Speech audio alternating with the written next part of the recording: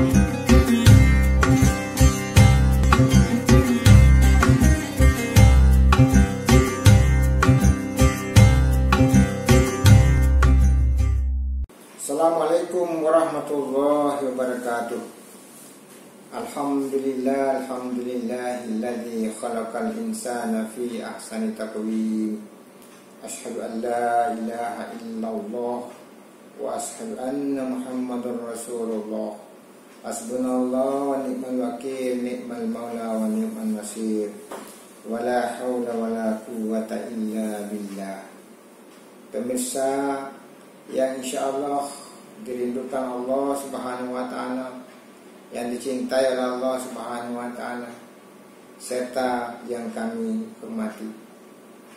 Dalam episode Dialektika Bijak, tema yang ingin saya angkat adalah hidup ini indah.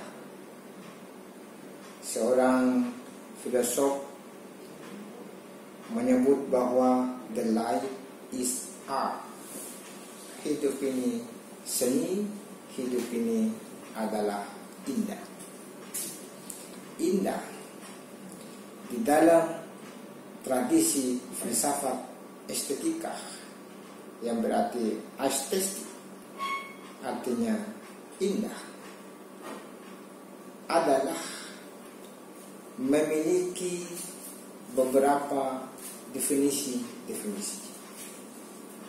Salah satunya adalah estetika atau keindahan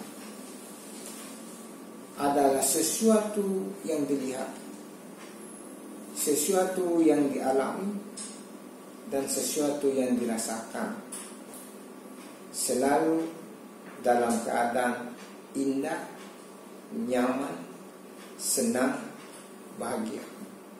Pertanyaannya, pemirsa sekalian, dari mana datangnya indah? Allah adalah Maha Jamil. Allah adalah Maha Indah. Tentu Allah menciptakan seluruh instrumen yang ada sebagai makhluknya dengan penuh keindahan. Keindahan ini terbagi atas dua. Ada keindahan imanental dan ada keindahan transendental. Keindahan atau estetika transendental adalah estetika yang tidak dapat dijangkau oleh pikiran manusia, tetapi hanya dirasakan di dalam hati yang paling dalam, atau istilahnya Plato harus menggunakan ide-ide neumeno. Bagaimana bisa merasakan bahwa ada yang maha indah di alam sana, yang bersifat transenden, jauh dari jangkauan manusia. Allah adalah indah, yang terjelma di dalam sebuah firman, Allahu nurus samawati wal ard. Allah itu adalah cahaya langit dan bumi. Keindahan yang transendental tadi termanifestasi pada ciptaan-ciptaannya, mulai dari langit, planet, kemudian bintang-bintang, kemudian bulan, kemudian bumi. Di bumi ini ada keindahan, ada panorama, tapi keindahan itu semata-mata untuk kebutuhan manusia. Karena itu pemirsa sekalian, di dalam hidup ini kita harus selalu memandang secara bijak. Ada yang miskin, ada yang kaya. Yang kaya membantu yang miskin secara material, yang miskin harus senantiasa membantu orang kaya. Ada yang besar, ada yang kecil. Kemudian ada yang pendek, ada yang tinggi. Semua kehidupan ini Allah Subhanahu wa ta'ala menciptakan dengan berpasang-pasangan. Karena itu, kalau orang memegang pada prinsip bahwa hidup ini adalah indah, maka dia harus hadapi dengan penuh kearifan dan kebijaksanaan.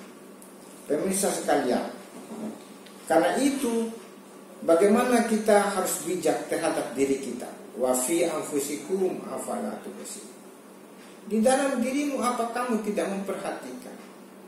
Karena kamu punya kekurangan, orang punya kelebihan. Kamu punya kelebihan, orang lain punya kekurangan. Karena itu, jadikanlah kekurangan itu dan kelebihan orang lain untuk menyempurnakan kekurangan, dan jadikanlah kelebihanmu untuk menyempurnakan kekurangan orang lain.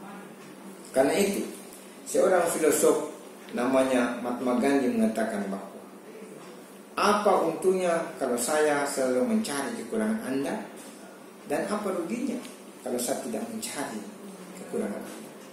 Karena itu pemirsa sekalian, yang pertama harus bijak terhadap diri. Diri ini adalah alam mikrokosmos. Alam besar adalah makrokosmos. Apa yang ada pada alam ada pada dirimu. Karena itu kamu harus menghargai isi alam, menghargai juga diri, atau menghargai dirimu sama dengan menghargai isi alam. Di dalam diri manusia ada unsur air, api, tanah, udara. Kalau begitu, jangan kamu mencemari lingkungan dengan air, dengan tanah, dengan api, dan seterusnya. Yang kedua, pemirsa sekalian, kita harus bijak terhadap orang lain. Orang lain punya kebutuhan, kita juga harus mengerti tentang itu. Barang siapa yang menzalimi orang lain, maka pada dasarnya dia telah menzalimi dirinya, atau dia telah menzalimi alam sekitar. Karena manusia itu, pemirsa sekalian, adalah gambar Allah. Inna Allah khalaqa Adam ala suratihi. Itu kata Ibnu Arabi.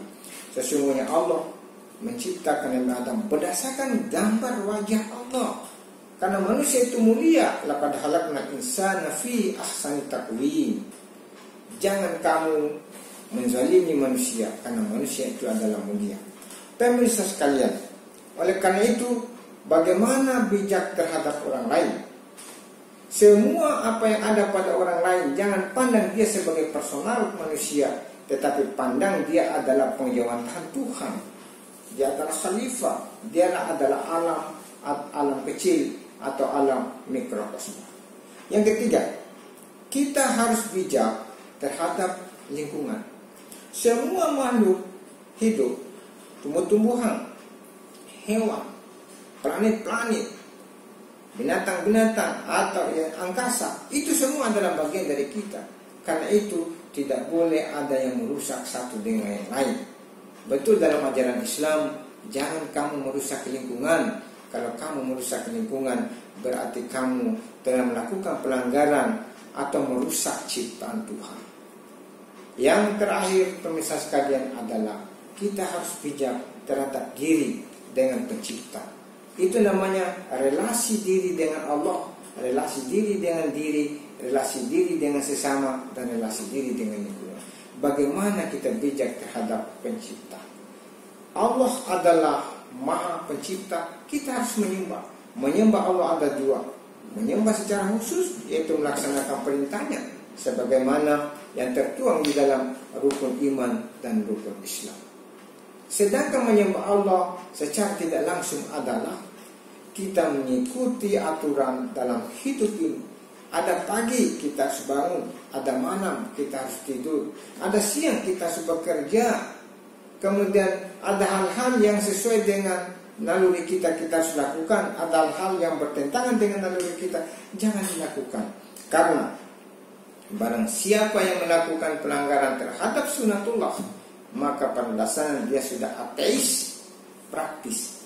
Karena itu, pemirsa sekalian, bagaimana menjadi hamba yang memiliki potensi, yang memiliki kemampuan untuk mengelola hidup ini menjadi indah. Lihatlah segala sesuatu yang ada di hadapan kita. Apakah itu sesuatu yang baik, apakah itu yang tidak baik, atau apakah itu yang antara baik dan tidak baik. Itu semuanya kita harus katakan bahwa ternyata hidup ini penuh dengan indah. Pemirsa sekalian, ada orang gila, maka ada dokter ahli jiwa, ada rumah sakit jiwa. Ada pencuri, maka adalah polisi, adalah penjara, adalah hakim dan jaksa, dan seterusnya. ma khalaqta hadza batila.